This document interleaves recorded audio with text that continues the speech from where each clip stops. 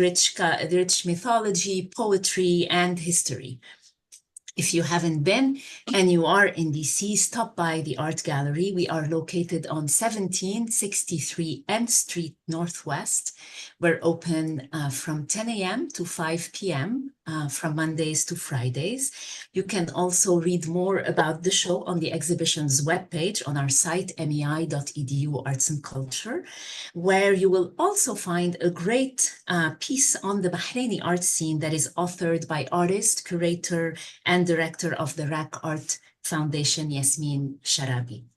The show has also just been reviewed by the Washington Post in yesterday's Sunday paper, and the article references the 3 artists that are included in this program. So incredible timing. If you want also to read the review, you can find out more about it there.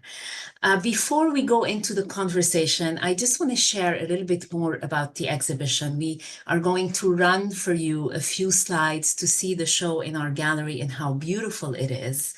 And I'll just read a short description of the show. The Sea of Life is a rich representation of a much larger art scene that has been flourishing on the island of Bahrain for decades. The exhibition features 14 artists spanning different generations and art forms, exploring their connection to Bahrain's natural and built environment and the symbolism of water in their lives. Water has been this life force for Bahrain, dating back to the Dilmun civilization as back as the 4th millennium BC. Using painting, photography, sculpture, video, and installation, the artists express their deep connection to the island's landscape, its natural resources, rituals, and mythology. And you can see here a few slides of the show. So if you are in DC, stop by. It's really a wonderful exhibition. We run gallery tours. We run public engagement programs. This is from the public opening of the exhibition. We were joined by some artists in the exhibition. And turning to our program today, as I said, we are joined by 2 remarkable participating artists, Marwa Al Khalifa and Masha'al Al-Sa'i. And I will be in conversation with them and incorporating some comments from Ja'far Al-Uraybi about their art, the vision that drives their work, how they are tied to this broader art scene in Bahrain. Before we begin, and I introduce them very briefly, their full biographies are on our site. Just if you want to ask a question, please feel free to ask it at any time. For most of you, the Q&A feature is at the bottom of your screen. So use that and I'll keep an eye on it and incorporate your questions either at the end or during our conversation. And now quick introductions and I'll go straight into it. Marwa Al Khalifa is a Bahraini mixed media artist and photographer who incorporates different materials and techniques to create works that reflect a sense of spirituality, encouraging the observer to contemplate and embark on a personal voyage. Masha'al Al-Sa'i is a Bahraini multimedia artist and photographer who seamlessly weaves together Bahraini mythology, science fiction, and ecofeminism. Al-Sa'i's practice expresses research-driven interpretation of Bahraini mythologies via text, image, and glass. Her most recent work explores collective consciousness embedded in the myth of the Adari Springs in Bahrain. Ja'far Al-Uraybi is a Bahraini multimedia artist and painter. Al-Uraybi creates multimedia art using a meticulous process involving observation, layered sketches, etching, incision, and collaging. His work explores the individual's role in society and society's relationship to the environment. And with that, I want to turn to Marwa Al Khalifa. Marwa, it's such a pleasure to host you on our platform. Welcome. And I want to turn it to you to speak about the work that we have in the gallery. We'll put it up on the slide. It's entitled Yellow and Blue, and it made also the main image for the article in the Washington Post yesterday. So on to you to talk to us about the work, what it represents, and your process. Well, thank you for having us. It's such a great opportunity to have this. We missed being there at the opening, but it's special, especially that this follows the article yesterday in the Washington Post. With regards to my piece, this one was the first of when I got into my photo montage. So being a mixed media artist, I work with different materials, whether it's wood or fiberglass. It's unfortunate that I didn't get to send you different collections, but I really wanted to focus on this one because being now more accessible with photography with our phones, I get to have the opportunity of taking just the mundane day-to-day life that we think and take things for granted, but for some reason, I love turning them into art pieces because I just love playing with the image. So with this one, I was just sitting out looking at the pool in the house, and I noticed that there was a bunch of leaves. So I went close by and took close shots. Everyone that sees this image, I love hearing feedback, but the first thing I get is, it's an aerial shot. What is it about? So I love that because it does look like an island. But the composition is a few images. Some are repetitive, as you see, and then I play with the layout. So I loved just enjoying the process of doing it. And my kids always laugh at me because I'm very old-fashioned. I like printing them and playing, laying them out, and then the process of doing it on the computer for the printing is another phase. But in general, there is my shadow also in it, which I see also a pattern repetitive in my work, is when I take images that no one really knows it's my shadow in the work, but when you look closely, my shadow.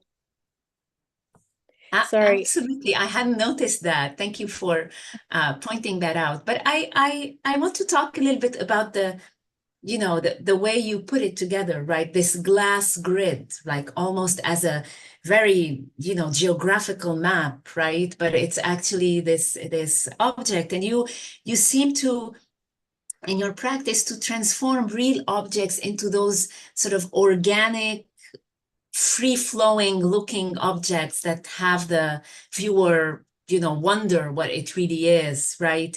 This looks like a very sort of, as you said, an aerial shot, and that's what I thought when I saw it in your studio. And this is one of the Bahrain's islands, probably, but it's not. Is this something that you have continuously use, this playfulness in your work, or is it just this series? In the latest body of work that I just exhibited at El Barah, it's more structural, where I've mirrored the image, so it's not as organic as this piece. But this piece, I'm very much inspired by David Hockney as an artist. So he had a phase where his collages and his work, he had this grid-like Polaroids, and I the way I presented it is I've printed it as paper, but it's acrylic sheet and aluminium backing. So when you look at the piece in the gallery, it gives you a shine because I wanted the viewer to feel that shimmer of the water, and the acrylic sheet on top gives me that. And I just felt I liked having this spacing within, whereas my current body of work, I didn't keep the spacing, the gaps between the squares, because I liked the patterns, the Islamic patterns that were coming up within the work. Fantastic. I mean, for the viewers, there is actually no, you can get close to the work in the gallery when you come to see it in person. There is actually no glass covering the work. You can get really close, and they almost look like shiny tiles, as you're mentioning, Marwa. But this work helped us open, and the article mentioned it as well, helps us open this whole conversation on water, right? That is rooted in the theme of the show and in the title, The Sea of Life, Bahrain in Arabic, meaning the two seas, the sea and the freshwater spring. So this work, even as we curated the show, is the opening of the work of other artists who are more directly looking at this issue. And one of them is Mashail. And I want to turn to you, Mashail, to speak about your practice, but also the two works that we have in the show, Submerge and Adari Mythopia, that are tied to the Adari spring myth. And maybe as you take us along for our viewers, you explain a little bit what this story is so that they can better understand your work. Over to you. Thank you, Marwa. It's such a pleasure to be on this panel with you. And Lean, thank you for having us. Very grateful to be in conversation talking about my favorite element. So I think you'll see that a lot of the artists within the show, like the concept of water, but also like the fundamental relationship that we have with water is so deep rooted, and it happens to be a consequence of the geography, but also our affinity and our relationship to the rituals that are attached to water itself. My research primarily focuses on thinking about mythologies and kind of acting like a time traveler to presuppose what was encapsulated in certain mythologies at a certain time, and how the reconjuring of that mythology in present time, what does it bring up? So really thinking about what are these embedded worldviews that are within a context or a story, and how the role of the artist or the role of the audience can also breathe new life into said mythologies. I'm going to quickly share screen for reference, but also to just go through some of the works. This is a photo that I took at Adari Pool, which is the main site of the research that I've been working on for the past few years. The infatuation that I initially had with the site was that the etymology of the word itself, Adari, Adra, meaning virginal, had initially piqued my interest, but then also having grown up not too far away from this particular site, it kind of simmered in the back of my consciousness, and I began kind of thinking about the different stories that collapsed onto the site that I couldn't access. I have stories from my grandmother about the site that I could not relate to because I was not alive nor present during its heyday. Its heyday being a time where the spring was in full force, a site for a communal meeting ground, a very healing property as well, as water often has. And so I began playing with this idea of a false nostalgia or a false sense of connection to the site.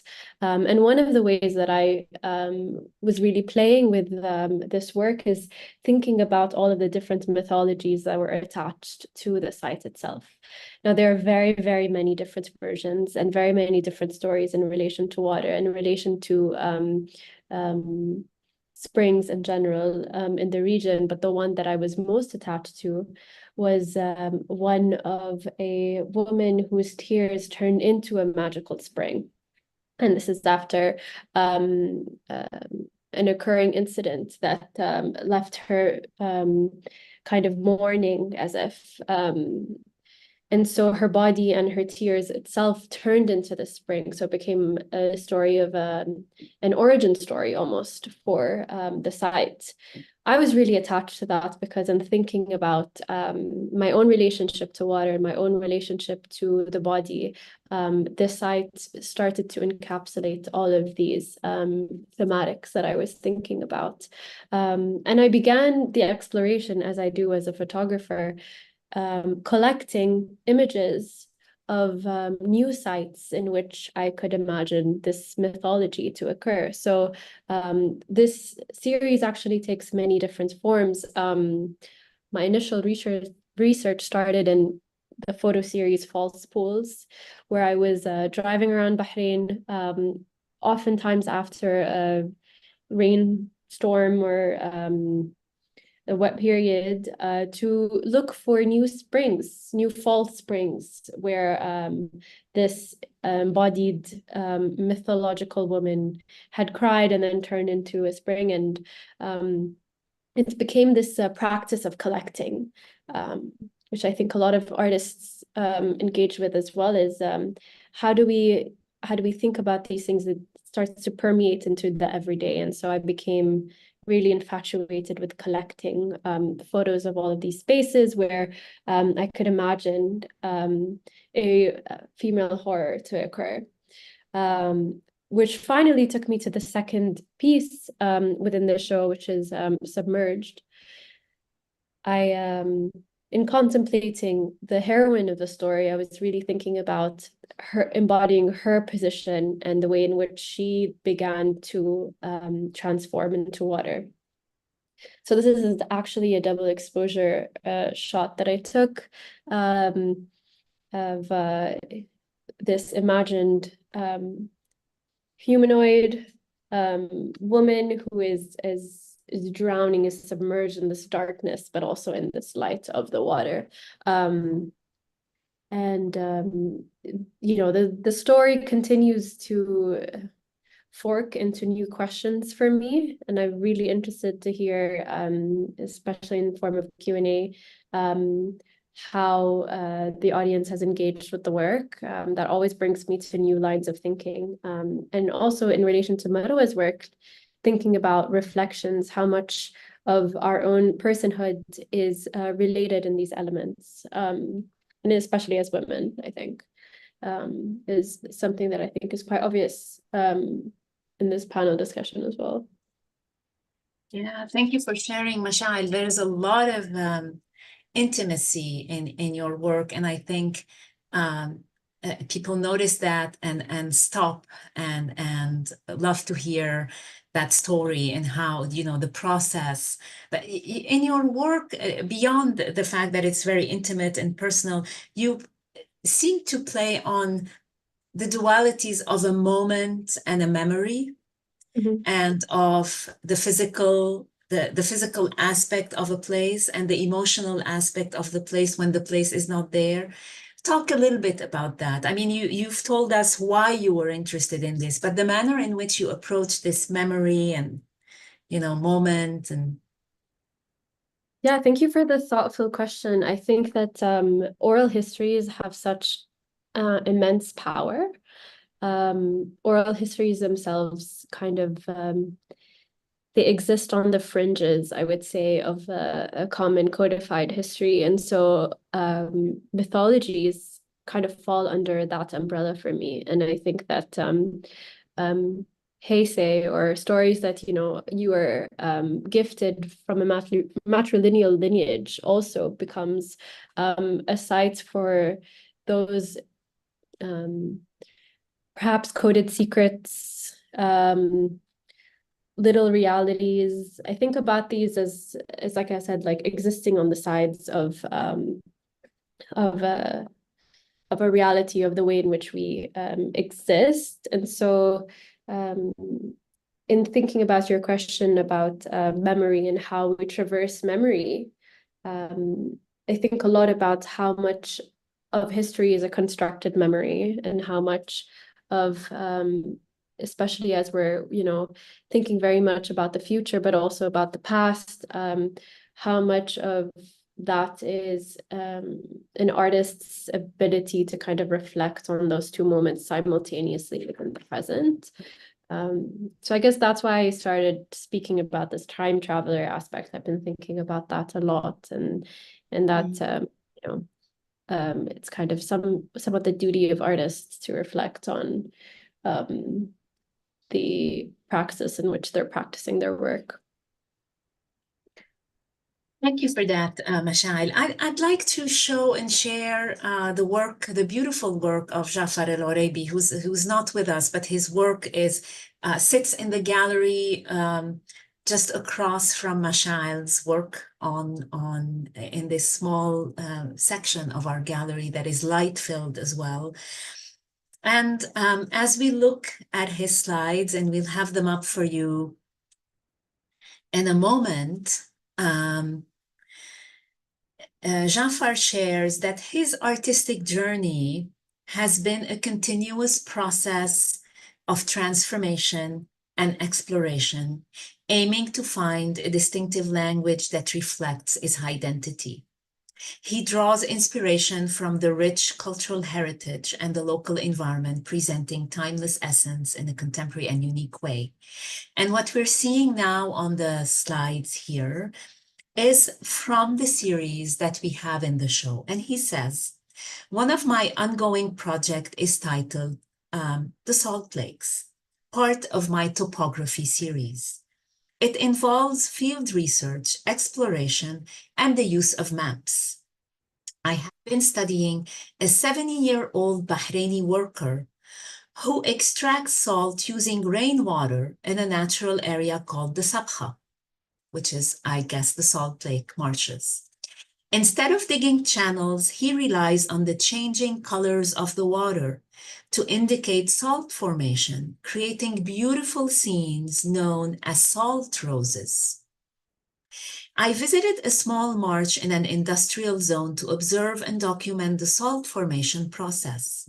Despite its location, the area is teeming with life, including salt, trees, rare plants, the sea, and birds.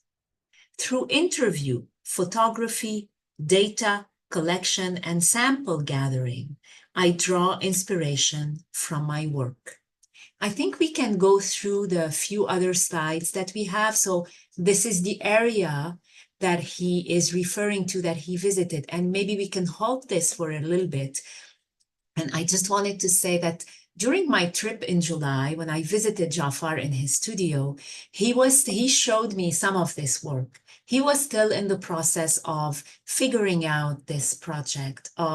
He was regularly visiting this site, taking photographs, and he told me about that 70-year-old Bahraini worker, how much time he'd spent with him to interview him, etc. We can move to some other slides until we get to the work that we have in the show. This is another shot of the site, I guess, the Salt Lake sites. Yet another one. And this is the work that we have in the show. And he says, why salt? Salt holds historical and cultural significance. It has been important for exploration, trade, and even used as a currency, causing sometimes conflict. Today, it remains essential for food and industry, tied to cultural practices and religious rituals. Interestingly, animals searching for salt helped create major land routes long before humans existed. And this work in the show is shown along with 4 other smaller works that are aerial photos of the site that Jafar visited, the Salt Lake, the Sabha site. And onto that, he drew over the image and smudges it with salt. I want to believe salt from the site. And then this bigger, much larger work is, I want to say, his own interpretation, his own vision, or the way he saw the work after, as he was involved in this research project. And I want to say how fascinating the roles that you are all taking in discovering and maintaining and some histories and some rituals, but also talking about them in the now and in the future, having people think about them. That's just such a wonderful way to approach the art. Um, um, I think we can bring the slide down. I'd like to turn to you again, Mashail, to speak about, your artistic practice and, in the broader art scene in Bahrain. During my visit, I was really moved and touched by how much attachment and tenderness and care there seems to have been from artists towards their land and resources. And you've spoken about this. Do you think has this always been the case, or is this something that artists such as you, like, Marwa, yourself, and Jafar, are sort of, for some reason, trying to raise awareness about the fact that this rich history means so much, and to raise awareness about issues of preservation, of water, mythology? That's a great thought. I think that I can speak towards my own practice and that I'm guided mostly by the curiosity of discovering each and every one of these newfound, whether it's discovering the mythology itself or discovering these occurrences that lead me to the path of the work, and that's been my approach. But I also think that it's inescapable to be thinking about climate futures. And in terms of resources, to think about the ways in which, water was our prime resource at one period, and how that's, been evolving and changing, and how at present we're thinking about like the cultural resources as well, and information capital as opposed to resource capital. So I think that, it's inescapable to be in consideration of land having, been directly affected by resource management itself, or the ways in which we're engaging with water, and yeah, amongst the wider conversations of land use. Marwa, what are your thoughts on this? On the fact that, artists are using their art and, using new cultural expressions. And you're muted, Marwa. It's okay. Yeah, I didn't disturb you. So basically, I feel all of us, the commonality that I see in our work, that we're very much inspired by our surroundings in Bahrain. And how we present it is it's beautiful that everyone is presenting it in a totally different way. Culturally, I think we're very much attached and influenced, whether it's by the waters of Bahrain, or like I have a series on palm trees, but Mishaal has really gone deep into the meaning and the stories behind it. It's so nice to hear that. I haven't heard it before. Thank you. And I want to segue into that because, artists like yourself, Mashal, and Jafar and we have another artist as well in the show, Mariam Al-Nuaimi, who was with us in a previous conversation, have really embraced a new, maybe it's for you to tell me, new cultural expressions that are based on research and observation and almost an archiving process. Are those new cultural expressions in Bahrain? What is the audience response for that? Are they triggering something new in the art scene? Are they helping audiences to think differently? Are they maybe creating different types of collectors who are interested in this work? I want to read something from Jafar, but I want to hear from you first, Mashahan. Sure. Well, I think that what it's definitely funneling into is a very rich conversation. And I think that having artists that are continually engaging with the site sight being water, but also from different angles, it becomes a very holistic understanding of what state are we at right now in terms of thinking about our relationship to land.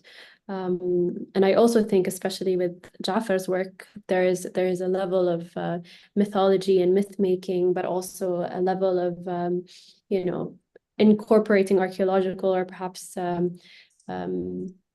practices that are focusing on the sciences, but also within the arts. So it becomes very intersectional in terms of mediums. I want to read something from Ja'far, and he's shared with us. Since the early 19s, I have been part of Bahrain's vibrant art scene. I found inspiration in art books and the annual Fine Arts exhibition, which is now in its 50th edition. Bahrain's visual arts scene is rooted in its deep historical and cultural heritage, with a rich legacy dating back to the ancient civilization of Dilmun. Bahrain's artists have made significant contributions and gained recognition both locally and internationally. Bahrainis artists embrace global perspective and adapt to new tools and advancement. They combine their cultural heritage with contemporary expression.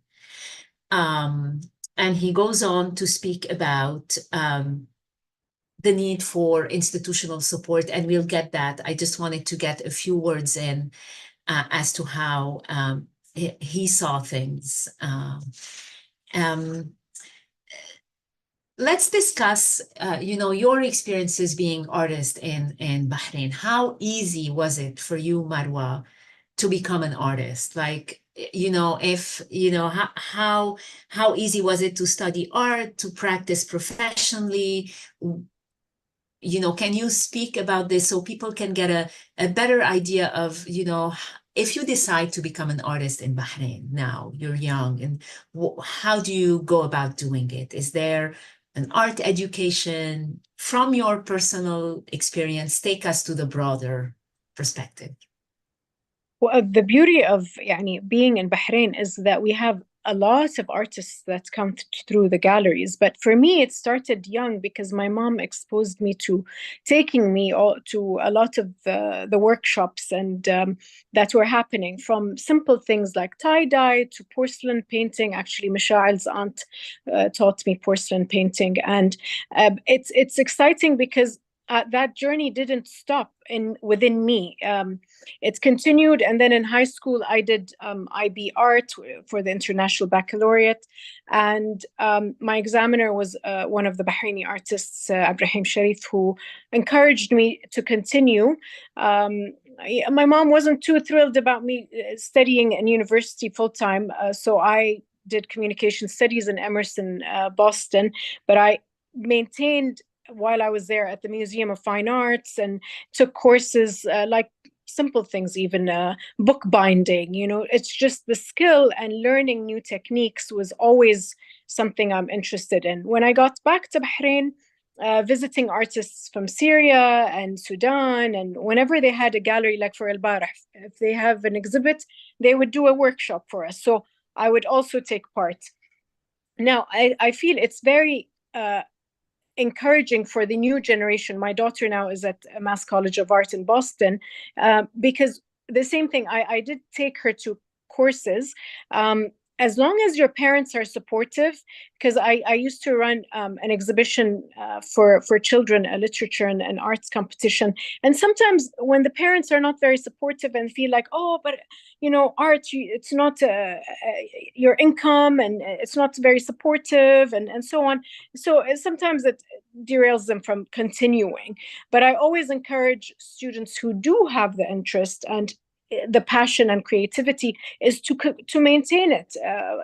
Whether it's my brother is into music, so he used to always say, I don't see myself in a desk job, and I always say it's a balance. So in Bahrain, it's nice that we have a very supportive system. Being also now the president of the Bahrain Art Society, it's encouraging because we constantly have exhibitions, and we also try to have workshops. Last week we had one for sculpture, and I feel being in Bahrain, from the GCC countries, we are ahead because of the background and we have from the founders of the artists who started in Bahrain. Mashal, what are your thoughts on this? How has it been for you? And looking at what do you think Bahrain is in most need of, or the young artists in Bahrain are most in need of? I think that in terms of what we need, it's definitely institutional support comes at a huge importance for sure, because I think that, in terms of even being able to support an artist's livelihood, to be able to support this full time, these are the difficult conversations with becoming an artist full time. These are the things to consider. I do think another thing that is really important that I have found a lot of solace in is that my peers, my community, artists that are working alongside me as collaborators and can really extend the generosity of critiques, can extend the generosity of collaboration. These communities themselves, I feel like, especially at present, are continuing to disenfranchise themselves from the West and kind of looking inwards and thinking about how we can prop each other up, not only within Bahrain, but regionally within the art scene. How we can be looking at, indigenous practices, histories that perhaps we're not aware of, and use that as like fertile ground to like really build a sustainable arts ecosystem.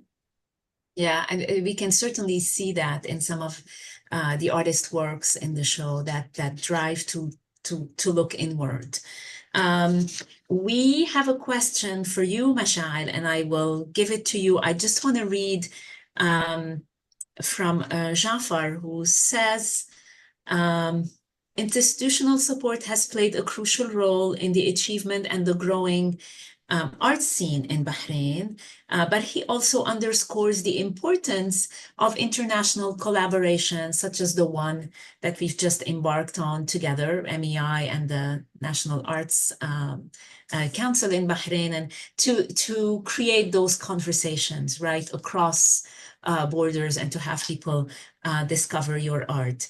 Let me take the question before I sort of open the conversation to our last and final frame. I want to look ahead with you all and discuss some projects that you have and your views about some things.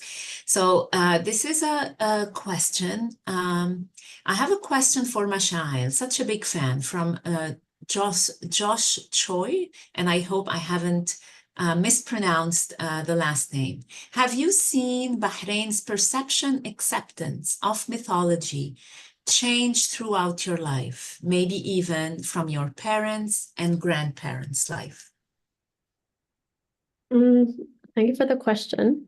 I think that mythologies or storytelling has always been a huge kind of pillar of the ways in which I've engaged with my family. And I think that some of my earliest and most soothing memories have been of my grandmother telling me a lot of little stories that she heard when she was growing up. And the story would always change. I remember every time she would retell it, which I thought was so playful about storytelling itself. I think that the ways in which it has evolved is that now I've seen and I'm excited about the ways in which we're really looking from a research perspective at into these little stories, that they can't just be infantile, but they're actually saying something louder and perhaps more important. Okay, and since we are on this topic of the Bahrain, yes, Marwa, please, did you want to say something, to add something? Okay, but I'm going to come to you, Marwa and Mashal, to get your views since we are on this topic of, excuse me, the Bahrain art scene. We have a question. Maybe help us understand better why Bahrain has such a rich history of art and culture, unlike some of the other Gulf states. Many here in DC are surprised to see such great art coming out of Bahrain and to learn that it has a rich history of art. Maybe explain the historical influence. Thank you. So, Marwa, do you want to take this and maybe speak to why is Bahrain has such this rich art scene, arts and culture that goes back? Yeah, I clearly mentioned a little bit, but basically, the education system was very supportive. Our education system started earlier than other GCC countries in the 20s. And later on, there were artists that were sent on scholarships to, Balqis, Fakhro, a few of them who have been on scholarships. And benefited from there was no such thing as, oh, like in other countries, like it's taboo and no, you shouldn't practice art, or because also Islamically, in Islamic senses, there was this thing about, no, you shouldn't depict, you shouldn't put portraits up in your home. That's yani, there was that stigma. But having a generation like my parents, my mom went to the AUB, and I feel we were very much exposed to different cultures early on. My great-grandfather traveled a lot and collected art also from seeing in my grandmother's house, African art on the wall. I mean, it's just exposed to, and I clearly remember, it's not just local art, but she also collected from local printers, and I have an appreciation that starts. So as a society, a lot of collectors are also in Bahrain. The appreciation, and we have Saudis who come as artists and say, we learned from your artists, which is very nice to hear, because you can tell that it really started early on. The 50th anniversary of the annual art show is day after tomorrow in Bahrain. I mean, that in itself, knowing there is a prize that's given out, so the artists also are encouraged to submit art every year, and knowing that there's a government body that's solely looking at the art scene and sending us. They've sent me abroad also to participate, which is very exciting. Thank you. Mashal, would you like to add to this? Yeah, I think I'd like to challenge what has been said in the question, because I do think that we have a long history engaging with the arts, and it's just that there has not been perhaps the education from the West looking at the types of art that we've been engaging with for a very long time. And I think that exhibitions like this really help bridge that experience, but it's not that it hadn't existed before, and that the other kind of communities in the region also have not engaged in that. It becomes a kind of a question of what is accessible. Like, how can we gauge what is accessible in terms of our art history and what has been documented? Yeah, just so that I don't misunderstand, the question does say that the art scene has existed for a long time in Bahrain, unlike maybe some other places in the Gulf, and that, people possibly did not know about this existence. But I get your point in that. Another question to Marwa. What do you hope for the artists of Bahrain to obtain within the next 10 years? And to Masha'il, does the New Age philosophy influence how you interpret Bahrain's mythology? Let's take one by one.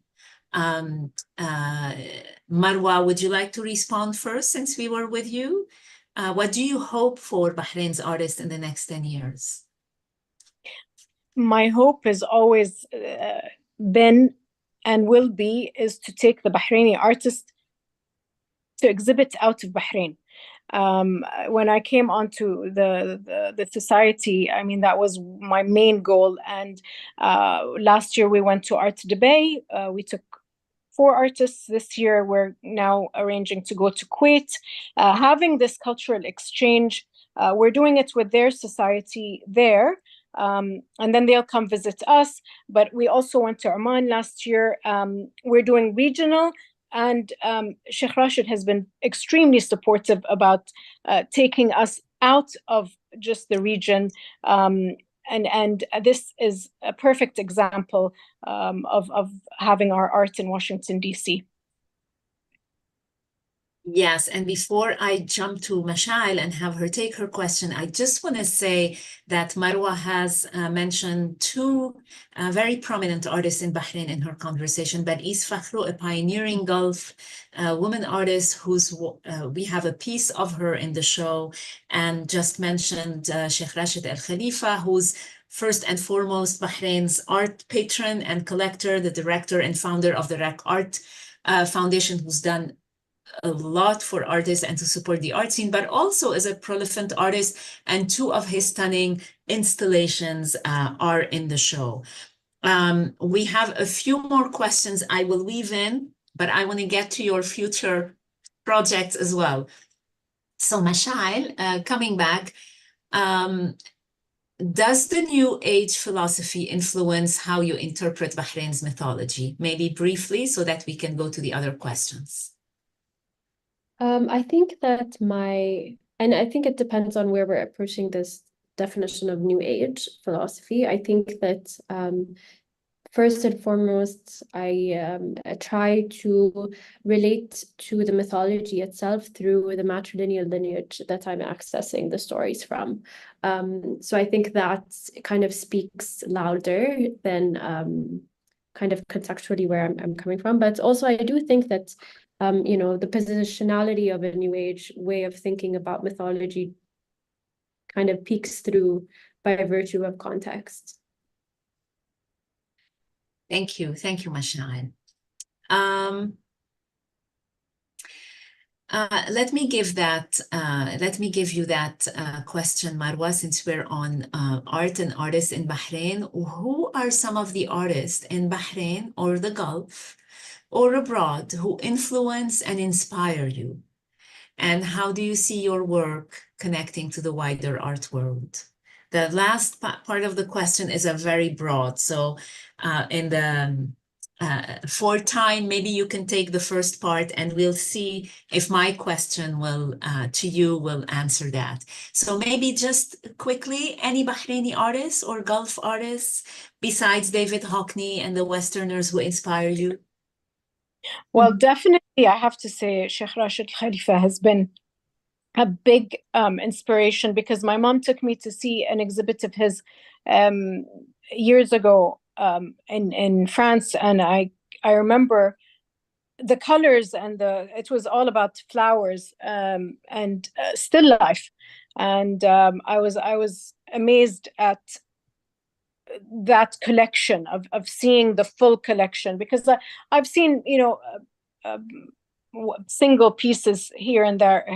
Sheikh Rashid is also very conservative when it comes to what is shown, and I haven't seen much growing up but then I saw, and I remember Mishael's aunt had a piece of his, which was a Spanish dancer, and I was very amazed at the color and the composition and just the flow, because I felt that the Spanish dancer was actually like moving, and I'm being a mixed media artist. We also have Camille Zakaria based in Bahrain, who does photography and collage work, and I have taken a few workshops from him. So I've definitely been inspired by his work and technique, and documentary photography in particular. So that's firsthand, but so that's more recent. Fantastic. Just a last sort of round of questions, propelling us a little bit into the future. What are some of the projects you're working on, preparing, exploring, some of the themes, Mashail? That is a big question, because I think that the story of Adari and this research has taken me the past 4 years of focus, and so right now I'm kind of thinking about a new medium perhaps that I'm interested in working on, and it'll definitely be kind of segueing a different mythology. But very much like Marwa, I think that the fun of being a mixed media artist is that I get to play with new mediums every time I get to another stage. Fantastic. Marwa, is there a new series, a new work, new exhibition in the horizon that you're sort of preparing, a new theme? Well, I just started this new theme that is the Islamic patterns, and it's very much inspired by it's block work and that I've taken in Bahrain with lines, and it's very simple, the actual image, but and it's translated into bigger compositions, which is currently being exhibited at El Barah, and the day after tomorrow, there's another few compositions that will be at the museum for the 50th annual art show. But that's my latest thing, and I'm planning to explore more because it's like endless possibilities of what can be presented. Indeed. And Jafar shares with us that he's currently in the early stages of a navigation project and also working on a project related to palm trees and dates, blending research with aesthetics. That is about what he's shared with us on this. Just to wrap up, the show has been incredible for us. The feedback we are receiving is beautiful. We get a lot of different audiences coming into the gallery, schools, people in policy, congressional staffers tomorrow hosted by the embassy. So a wide range of audiences, just in the nature of who we are, being the Middle East Institute in Education Policy and Arts Center looking at the Middle East, we get this very diverse audience, and that's in a way our strength. But what do you, from where you are sitting, what do you hope audiences will take away from the show when they step in and see the work? Mashail, just last few words maybe. You're muted. You are muted. I have a tendency to go on a tangent. Perhaps I think, the sensitivity to our resources that we are engaging in trying to reflect on with each individual piece. Marwa? You said it, and I'm because I wasn't sure what has been the feedback, and the fact that you mentioned that the feedback has been that people are surprised that this is coming out of Bahrain. This is very encouraging, and I'm happy that it made people think about because sometimes I feel there's this on the Middle East that there is this like I know there's a big interest currently in Middle Eastern art, but there was a question mark about. But I feel this show answered a lot of questions to the viewers that attended. Indeed, and it's sort of shared the beauty and the interconnectedness of the works and the different generation and the different art forms. It's also visually very beautiful, as I said, but congratulations to you all and to all that you are doing inside of Bahrain and outside of Bahrain, carrying the flag of the art scene and the work of the artists who are pushing boundaries and addressing so many important issues in our time. And again, our time has come to an end, unfortunately. I want to thank you for this fascinating conversation, both Mashail and Marwa and Jafar. We missed you, but I hope that I've given a little bit of justice to your words and to your work. For our audiences, please check our exhibition and the work of our three guests today by visiting the show or joining us on the first Friday that's coming up on February 2nd. We will be here open until 8 p.m. We'll give a few gallery shows. And with that, I hope everybody has a great rest of the day and